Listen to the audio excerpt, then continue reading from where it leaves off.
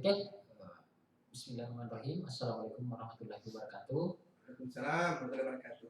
Baik, hari ini kita akan melaksanakan bincang-bincang santai dengan teman-teman salah satu pengurus Serikat Pekerja Aneka Industri Federasi Serikat Pekerja Metal Indonesia FSMI, yaitu Bung Wahyuna. Wahyu, Wahyu, bagaimana baik. kabar Bung Wahyu? Alhamdulillah kabar baik. Cuman Alhamdulillah. sedikit yang sakit hatinya ini, Bu.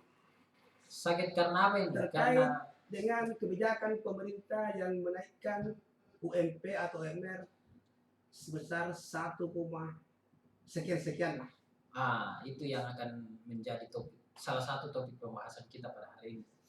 Jadi sebelumnya saya perkenalkan, ini adalah Bung Wahyu, Wakil N22, pengurus unit kerja Serikat Pekerja Aneka Industri Federasi Serikat Pekerja Metal Indonesia. Beliau adalah salah satu pendiri PUK yang ada di Indomarko Prisma Tama. Betul begitu, Pak? Tapi betul ya. Oh, Kita iya. ralat sedikit. Sebetulnya saya bergabung dengan PUK FSPMI PT Indomarko Prisma Tama itu setelah berdiri. Oh, setelah berdiri, berarti bukan pendiri ya? Jadi saya bukan salah satu pendiri, hanya salah satu penikmat dari pendiri. Ya, baik. Jadi apapun itu, yang jelas teman-teman yang bergabung di Serikat Buruh adalah teman-teman yang sadar bahwa ada hak-hak yang kemudian selama ini tidak diberikan oleh perusahaan. Oke, Ya, betul. mungkin langsung saja. Hari ini kan kita bincang santai saja. Mungkin di awal mungkin teman-teman di luar sana mungkin ingin tahu bagaimana sih sebenarnya proses Serikat Pekerja atau PUK yang ada di Indomarko, bagaimana proses yang ada di sana, apa yang menjadi kendala, terus apa yang kemudian bisa menjadi motivasi bagi teman-teman yang kemudian di luar masih belum berserikat. Karena kita tahu kan di Indomarko sendiri ada sekitar 3.000 orang pekerja di cabang Makassar ya? Ya, kurang lebih. Dan anggotanya Bapak yang berserikat berapa orang? Sekarang totalnya itu kurang lebih 300 orang. Ya, mungkin Data terupdate sekarang. kurang lebih 300 ya. Jadi mungkin bisa diceritakan bagaimana kemudian proses yang ada di Indomarko itu sendiri. Silakan. Ya, sebelumnya perkenalkan nama saya Bung Wahyu. Saya dari PUK FSMI Indomarko Prisma Tama Cabang Makassar. Baik, teman-teman. Jadi sebetulnya proses lahirnya serikat atau PUK Indomarko Prisma Tama itu berawal dari beberapa teman-teman yang sadar akan pentingnya serikat. Sebelumnya kan dari 2011 ya, PT Indomarko itu berdiri di cabang Makassar. Terus serikat sendiri tergabung dalam FSMI PUK Indomarko itu nanti lahir di 2018, Bu. 2018 ya? Iya. Wah, berarti sudah ada sekitar 3 tahun perjalanan. Ya, kurang lebih 3 tahun. Namun dalam 3 tahun itu ya kita sudah melihat banyak hasil lah dari hasil perjuangan kawan-kawan serikat. Terutama yang kemarin kita yang sekarang masih hangat itu tentang pembahasan NKL. Iya. Bagaimana terkait dengan NKL itu? Ya, NKL sendiri kan kita tahu bahwa nilai dia singkatannya NKL itu nilai kurang lebih. Nilai kurang lebih. Iya, yang ada pada PT Indomarko Prisma Tama. Kenapa bisa ada nilai kurang lebih? Nah, itu permasalahannya. Kan begini. Barang yang masuk terus barang yang keluar. Kadang-kadang datanya tidak terinput. Makanya kadang-kadang barang ada yang tertinggal atau salah kirim. Terus? Yang jadi masalah, kadang-kadang teman akan dibebankan biaya kehilangan barang itu. Entah barang itu hilang karena memang tidak dikirim ke toko atau adanya sindikat kriminal ya. Jadi mohon maaf ya, ini maksudnya kita mencurigai ya adanya indikasi fraud atau pencurian yang dilakukan oleh beberapa oknum. Yang jadi permasalahan ialah bahwa semua kerugian itu kita tanggung bersama. Nah, jadi meskipun bukan kita yang bekerja di sana, saya berbeda bagian, saya juga harus ikut menanggung seperti Iya. itu ya. Selagi Anda masuk dalam struktur warehouse, Itu warehouse apa? Seperti apa warehouse? warehouse itu bahasa dia gudang ya, gudang. Oh, gudang, Gudang, tempat iya. penyimpanan barang itu. Tempat penyimpanan dan tempat packing akan dikirim ke gerai atau toko-toko Indomaret. Nah, terus. Nah, yang jadi masalah, ada teman yang tidak berhubungan langsung dengan barang itu diikutkan dalam beban NKL. Saya kasih contoh ya. Ya. Teman-teman kami kerjanya hanya taruhlah dia melas barang rusak, inventaris DC atau kantor. Hari-hari dia tidak menyentuh barang, hanya mengelas. Tiba-tiba DC atau manajemen mengeluarkan NKL nilai kurang lebih kita 300 juta contoh. Ya. Setiap karyawan akan dikenakan 1 juta per orang. Maka teman-teman yang tadi kerjanya hanya mengelas, itu pun diikutkan dalam beban pertanggungjawaban barang hilang. Kan bagaimana mungkin seorang dikatakan bersalah kalau tidak bisa dibuktikan? Saya tiap hari masuk kerja hanya sebatas mengelas, bukan mengirim barang ke toko. Nah, tiba-tiba minus, saya pula dibebankan. Kan, ya. Nah, melihat situasi tersebut, sebenarnya apa landasan atau teman-teman PUK ini kemudian komplain persoalan hal itu? Artinya kan apa yang kemudian menjadi upaya teman-teman? Karena saya masih dengar bahwa proses itu masih ada. Beberapa teman-teman yang pernah saya tanya bahwa NKL itu masih ada. Nah, apa yang kemudian langkah teman-teman serikat pekerja di Indomarko ini untuk menanggapi hal tersebut? Oh ya, baik. Menanggapi tentang masalah NKL itu kami terus berupaya meminimalis mungkin agar supaya NKL itu bisa hilang. Dengan cara? Ya kita protes, kemudian kita kasih somasi kepada manajemen bahwa tidak boleh ada yang namanya tanggung rente sebelum dia bisa membuktikan bahwa orang itu bersalah. Nah, seperti itu. Iya kan begini. Negara kita kan negara hukum. Semua orang yang bersalah akan dikenakan hukum. Ya, Ya itu betul poinnya. Terus teman-teman yang tidak terbukti melakukan kesalahan, di justice bahwa kamu mesti tanggung 1 juta. Ini contoh ya. Nah, dasarnya manajemen untuk memberikan sanksi kepada teman-teman bahwa you mesti tanggung 1 juta itu di mana? Betul negara kita memakai asas praduga tak bersalah. Praduga tak bersalah bisa dilakukan kalau kita curiga terhadap orang. Ya. Sekarang Anda curigai karyawan sendiri. Bagaimana mungkin seorang atasan mencurigai bawahannya, bahkan menuduh bawahannya telah mengambil barang? Kan tidak mungkin. Semestinya manajemen atau taruhlah atasan-atasan memberikan rasa nyaman terhadap karyawannya untuk bekerja, bukan menjustis karyawannya telah melakukan pencurian. Saya tidak bermaksud bahwa manajemen telah menuduh karyawan mencuri, tapi ke arah sana ada. Caranya mereka melakukan pemotongan sepihak gaji. Oh begitu ya? Iya, tanpa ada persetujuan. Itu sudah melanggar itu.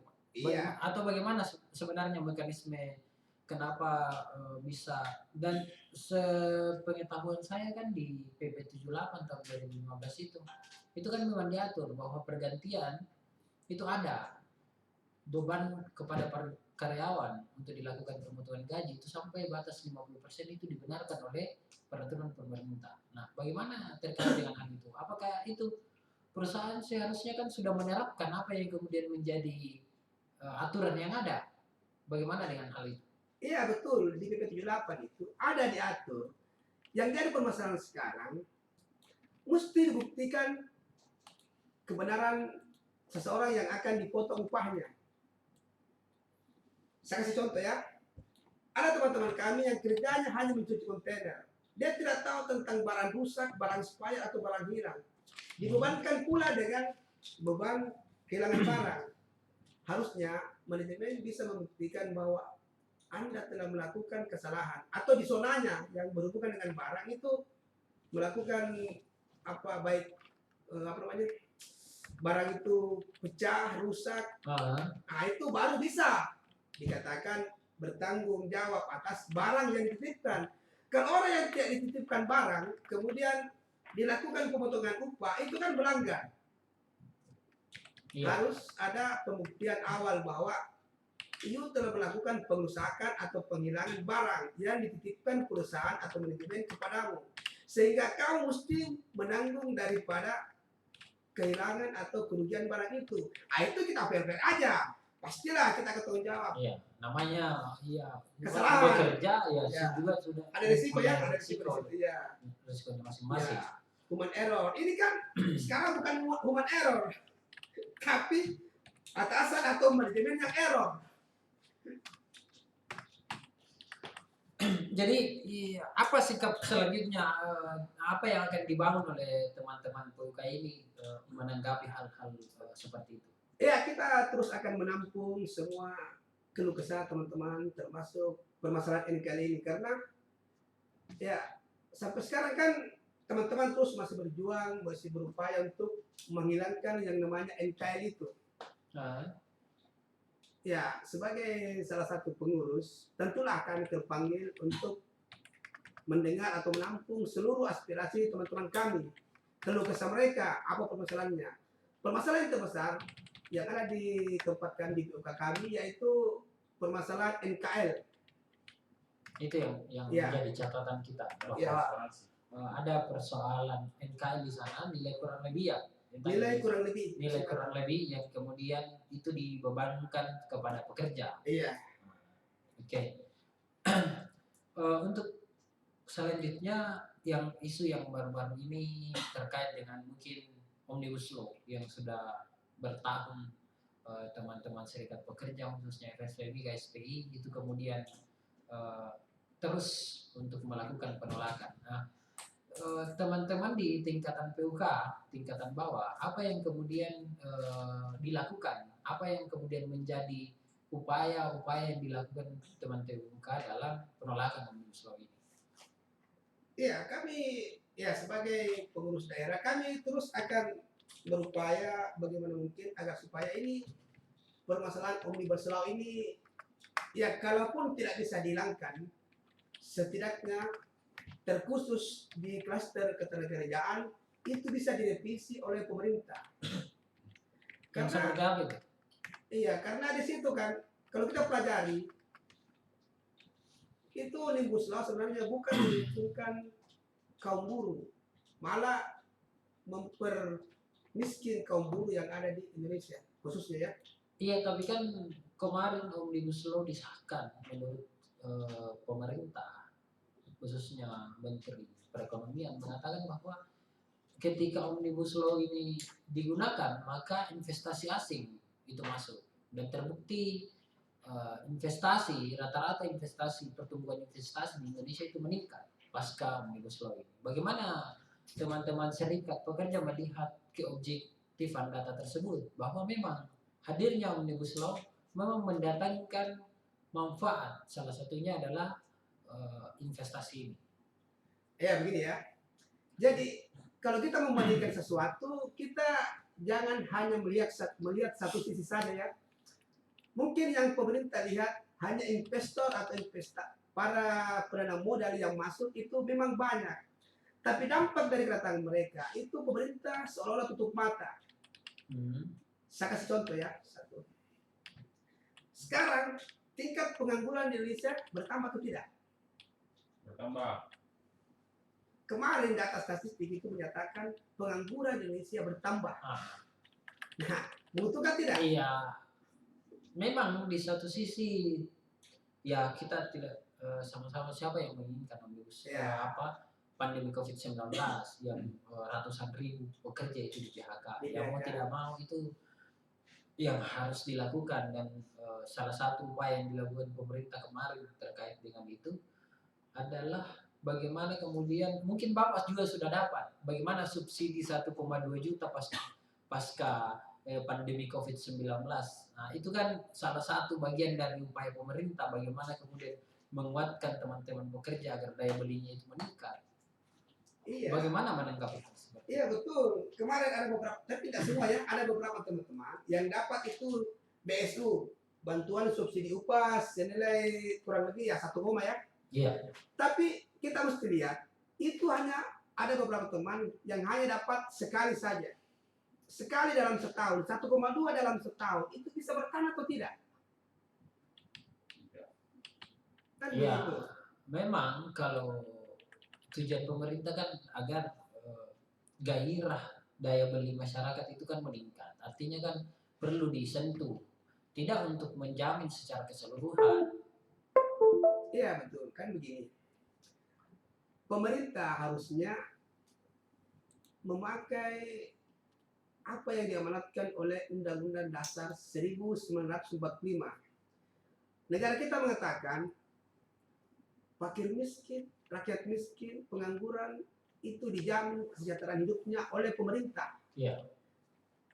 Di dalam undang-undang dikatakan bahwa dengan selamat sentosa mengantarkan rakyat Indonesia ke depan gerbang kemerdekaan Indonesia yang merdeka, bersatu, berdaulat, adil dan makmur. Sekarang kita tanya, Indonesia sudah memasuki adil dan makmur? Iya, memang kalau berbicara adil dan makmur, ya kan kita bicara secara keseluruhan. Tidak mungkin, bahkan akan susah dengan jumlah penduduk masyarakat kita itu di Indonesia sekitar 250 juta orang dengan wilayah yang berbeda-beda, dengan suku, ras dan agama yang sangat beragam, sehingga itu menyulitkan pemerintah untuk membangun kesejahteraan itu. Tetapi proses dan upaya untuk kesejahteraan itu timbul. Nah, bagaimana teman-teman menanggapi seperti itu? Iya, harusnya pemerintah sekarang tidak dulu memakai undang-undang Omnibus Law. Karena salah satu upaya pemerintah untuk mempermiskin bahkan mempermudah dilakukannya PHK ialah dengan berlakunya undang-undang Omnibus Law ini. Kita tahu kan ada beberapa yang direvisi dari Undang-Undang 13. Nah, itu kemudian direvisi oleh Undang-Undang Omnibus Law ini yang katanya undang-undang cipta kerja yang menciptakan lapangan kerja cukup banyak. Betul. Permasalahan sekarang ialah tidak adanya jaminan masa depan terhadap pekerja yang bekerja. Terkait masalah upah, terkait masalah pesangon, hari tua kan orang kalau sudah pensiun, kalau hanya bekerja di level perusahaan, level menengah ke bawah jabatannya, itu tidak ada jaminan bahwa dia akan sejahtera tanpa mendapatkan modal atau pesangon dari hasil kerjanya ketika memasuki masa pensiun. Nah itu kan sekarang kalau kita melihat di Undang-Undang Omnibus Law ini, bahkan pesangon pun dikurang menjadi 50%. ya. Nah, taruhlah seumpama orang, ya kalau kita mempelajari Undang-Undang Omnibus Law ini, seseorang yang bekerja dari 10 tahun, kalau misalkan kita hitung pesangonnya, ini contoh ya, pesangonnya 50 juta seumpama. Di Undang-Undang Omnibus Law itu akan dikurangi 50%, berarti tinggal 25 juta. Nah itu juga yang kita tuntut, karena kesejahteraan orang setelah pensiun kan mesti diperhatikan, bukan malah dikebiri atau dikurangi haknya. Iya, yang memang menjadi menarik di Omnibus Law adalah teman-teman itu hanya melihat kekurangannya. Namanya produk undang-undang, ya dia memang memiliki kekurangan dan kelebihannya masing-masing.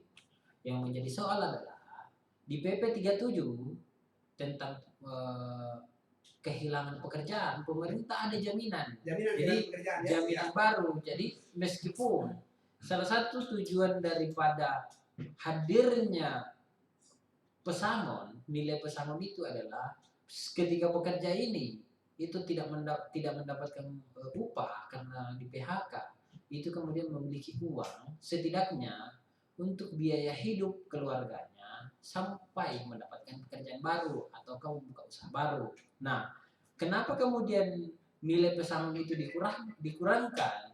Karena melihat ada PP 37 terkait dengan kehilangan pekerjaan. Jadi teman-teman yang ter-PHK itu dijamin oleh negara untuk dipekerjakan kembali maupun kehidupan keluarganya. Nah, itu yang teman-teman serikat buruh tidak lihat. Jadi kalau kita melihat sesuatu itu harus secara utuh. Kita tidak bisa hanya melihat PP 34, 35 dan 36, tetapi ada PP 37 yang mengatur hal itu, dan saya rasa itu baik untuk ketenagakerjaan kita di Indonesia. Bagaimana jika seperti itu? Oke, baik ya. Ini ya saya jelaskan ya. PP 37 itu dia ada salah satu yang mengatakan jaminan kehilangan pekerjaan. Betul, teorinya bagus. Tapi pelaksanaannya apakah berjalan atau tidak? Nah, itu yang kemudian menjadi kendala. Kenapa? Karena mekanisme penerapan PP 37 itu teman-teman kan tidak mau menerima. Jadi penerapan PP 37 itu tidak terserap dengan baik karena sikap teman-teman serikat pekerja. Iya, begini ya. Kalau kita lihat sekarang, kita melakukan survei atau riset di lapangan, itu hanya ada di dalam peraturan saja. Pelaksanaannya di lapangan nol, bahkan ya boleh dikatakan 0%. Sekarang kita lihat pengangguran, apakah dijamin sekarang oleh pemerintah? Apakah dijamin akan mendapatkan lagi pekerjaan? Apakah pemerintah bisa menjamin terhadap orang yang di PHK di satu perusahaan, kemudian dijamin akan mendapatkan lagi pekerjaan di tempat lain, atau dijamin hidupnya? Karena pemerintah mesti menjamin orang yang ter-PHK, seumpama dia seorang ayah, dia mesti menjamin bapak itu untuk tetap mendapatkan upah sebelum dia bekerja. Sekarang kan tidak. Kemarin saya jalan-jalan di tempat kami di kawasan Industri Makassar, Kima Makassar, melihat bahkan ada yang di PHK. Setelah di PHK, mereka mencari kerja itu sepertinya sulit sekali. Karena ya salah satunya ya pertama faktor usia, yang kedua skill, yang ketiga ya mesti ada, ya tidak tahu sekarang kan kisi-kisi di bawah meja, maksudnya harus ada orang dalam lah yang bisa membantu. Nah itu kan bukan jaminan. Kalau pemerintah mengeluarkan suatu jaminan, dia tidak mesti setengah mati mencari pekerjaan. Dia mesti buat PP baru mengatakan bahwa setiap orang di PHK kalau memenuhi syarat langsung kerja. Karena kan tidak, kita lihat. Nah itu yang jadi permasalahan teman-teman. Maka dari itu kami dari serikat terkhusus FSPMI yang tergabung dalam PSPI itu menolak dengan tegas akan diberlakukannya undang-undang Omnibus Law. Betul memang tadi Bung mengatakan bahwa telah di-taking atau ditandatangani oleh pemerintah ya. Tapi ini masih ingkrah. Jadi sesuatu yang belum ada keputusan hukumnya yang tetap itu masih berproses. Jadi sebetulnya perusahaan-perusahaan itu belum bisa menerapkan undang-undang Omnibus Law di perusahaannya. Karena pemerintah, walaupun pemerintah telah menandatangani, tapi kekuatan hukumnya kan belum ada. Saya kasih contoh misalkan, seorang tersangka pencurian dititip oleh hakim, oleh jaksa di lembaga pemasyarakatan ya. Itu dia belum status narapidana karena belum ada keputusan pengadilan.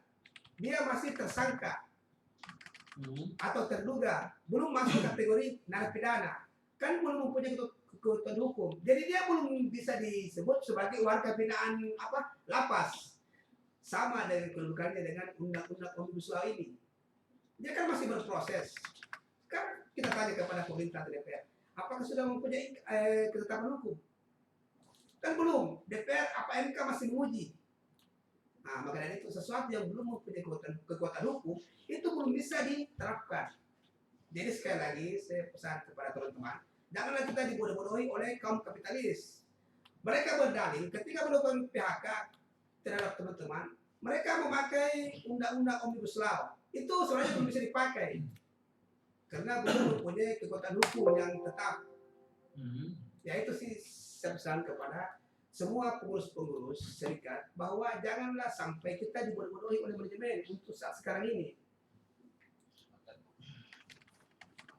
Ya, jadi mungkin tadi saya berada pada posisi melihat jawaban dari pemerintah, tapi jawaban saya itu sangat subjektif, itu sesuai dengan apa yang saya pikirkan. Jadi apa yang kemudian menjadi sanggahan saya tadi terkait dengan omnibus law, terkait dengan mekanisme di dalam perusahaan khususnya di Indomaret tadi, itu saya hanya melihat gambaran secara umum sesuai dengan apa yang saya lihat, bahwa mungkin saja alasan-alasan yang saya sampaikan itu menjadi alasan pemerintah, tetapi ya kita tidak sedang di posisi pemerintah, saya pun adalah seorang pekerja, tetapi bagaimana kemudian kita melihat bagaimana tanggapan pemerintah. Jadi tadi saya berasumsi saya berada di posisi pemerintah, itu kemudian menyampaikan apa yang kemudian yang saya tahu secara subjektif. Saya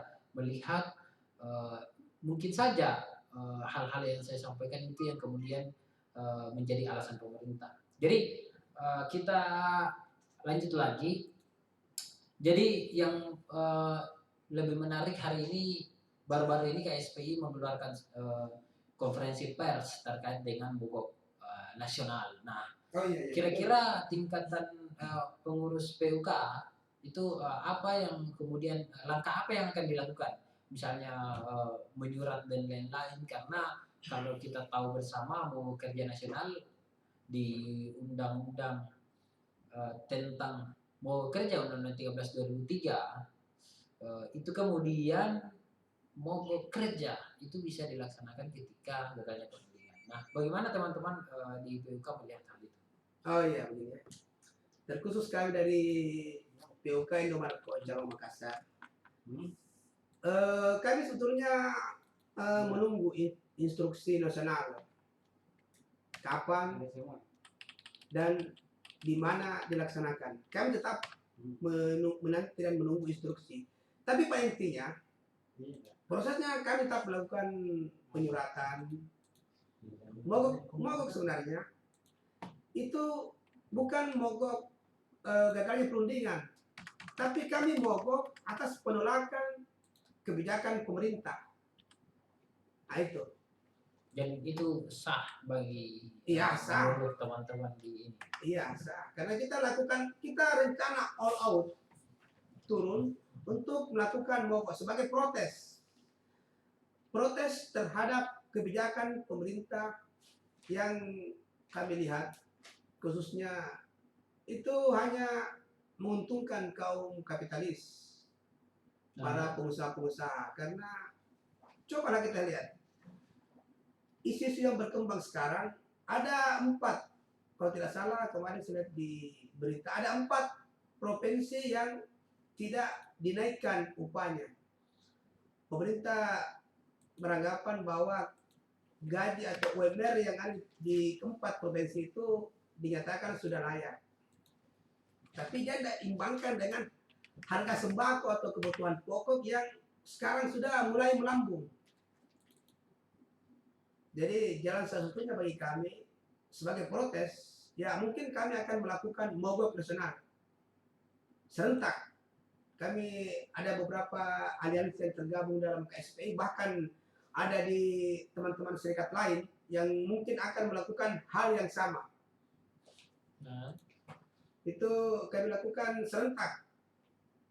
Mungkin akan dilakukan mogok apakah di tempat kerja masing-masing, di pabrik masing-masing, atau keluar melakukan long march terhadap kebijakan pemerintah. Penolakan lah, kalau bahasa ininya penolakan kebijakan pemerintah yang kami anggap tidak menguntungkan bagi kita kaum pekerja, kaum miskin kota. Itu salah satunya. Jadi itu tanggapan teman-teman. Mungkin yang terakhir sebelum kita tutup bincang kita pada hari ini terkait dengan deklarasi Partai Buruh di 4 sampai 5 Oktober 2021 di Jakarta kemarin. Nah, sebenarnya Oh iya betul. apa yang menjadi alasan kuat teman-teman yang saya tahu ada 11 konfederasi kalau tidak salah ya. Iya, yang tergabung ya. Sekitar kurang lebih 50 federasi yang kemudian menyatukan diri untuk Melebur. membangun Ya, melebur ya. Partai Buruh. Nah, apa yang menjadi alasan teman-teman dan apa yang kemudian nilai jual dari Partai Buruh ini agar masyarakat khususnya kaum milenial hari ini itu bisa tertarik sama Partai Buruh, bahwa teman-teman ini butuh Partai Buruh atau seperti apa? Oh, Mungkin bisa dijelaskan atau seperti apa? ya, jadi begini ya. Sebenarnya Partai Buruh ini bukan partai baru. Dia reborn atau pembaruan dari Partai Buruh sebelumnya. Partai Buruh sudah ada, bahkan sudah pernah masuk dalam, sudah lolos verifikasi lah. Cuman sekarang kan ada, kita tahu sama-sama bahwa ada beberapa atau bahkan hampir keseluruhan itu kepengurusannya dirombak. Nah, tujuannya ya, pertama kita melihat Partai Buruh ini adalah milik rakyat, milik buruh, milik pekerja. Semua yang pekerja penerima upah itu adalah buruh. Nah, anggaplah kita kembali ke rumah kita sendiri. Itu sebenarnya. Kalau kita melihat sejarah Partai Buruh kan memang dia bukan masyarakat. Dia memikirkan kaum menengah ke bawah, bukan kaum menengah ke atas. Jadi harapan saya kepada teman-teman, terkhususnya kaum milenial muda, agar supaya bisalah memilih dan membantu teman-teman pengurus mempromosikan kaum buruh. Karena kaum buruh ini, ya tahu sendiri kan, buruh dia memihak kepada masyarakat kecil, rakyat lemah, pejuang kaum duafa. Bukan partai, ya walaupun kita tahu ya bahwa memang ada beberapa partai-partai penguasa sebenarnya. Tapi harapan kita, semoga Partai Buruh bisa besar dan menang. Kalau kita lihat di beberapa negara, Partai Buruh lah yang berkuasa. Dan kesejahteraan mereka pun terjamin, tercapai. Karena prinsipnya, tidak usahlah negara yang sejahtera, tapi masyarakatnya atau penduduknya yang harus sejahtera. Secara otomatis, kalau sejahtera rakyatnya, pekerjaannya, buruhnya, masyarakatnya, maka secara sendiri negara pun akan sejahtera. Kalau negara sejahtera belum menjamin warga atau masyarakatnya yang sejahtera. Tapi kalau masyarakat dan warganya sejahtera, itu jaminan negara pun ikut sejahtera.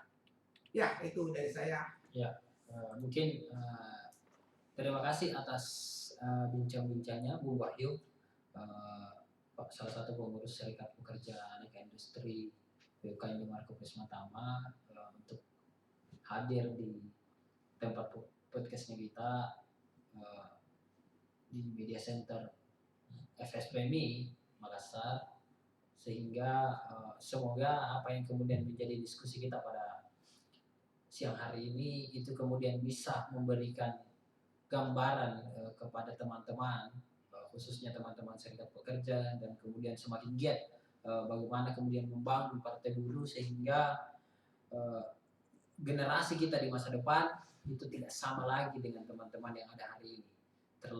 Terjadi ada proses revolusi. Kalau teman-teman di serikat buruh, revolusi namanya. Ada. Ketika ingin melakukan perubahan yang sangat besar. Dan itu pernah terjadi revolusi perindustrian di abad ke-18 dilakukan oleh Mr. Robert Owen. Itu memang ada revolusi perindustrian. Ya, sebelum kita tutup, satu pesan saya. Ya, silakan. Bahwa hidup ini seperti membawa sebuah mobil. Kita punya spion kiri dan spion kanan. Ada kaca besar di depan. Spion kanan adalah masa lalu yang baik, sudah jauh tertinggal di belakang. Spion kiri adalah masa lalu yang buruk, sudah jauh tertinggal di belakang. Kita punya kaca besar di depan. Artinya kita mempunyai masa depan yang lebih cerah. Maka dari itu, pilihlah Partai Buruh. Hidup Partai Buruh. Hidup. Hidup Partai Buruh. Hidup Partai Buruh. Hidup Partai Buruh. Hidup Baik, Partai Buruh. terima kasih. Mungkin itu saja podcast kita pada hari ini. Terima kasih Bung Wahyu atas waktunya sehingga memberikan kita pelajaran dan pengetahuan baru terkait dengan apa yang kemudian menjadi masalah di PT Indomaret Kompres Mata Wajah Makassar. Terima kasih. Bila taufiq wal hidayah. Assalamualaikum warahmatullahi wabarakatuh. Ya, terima kasih. Assalamualaikum warahmatullahi wabarakatuh.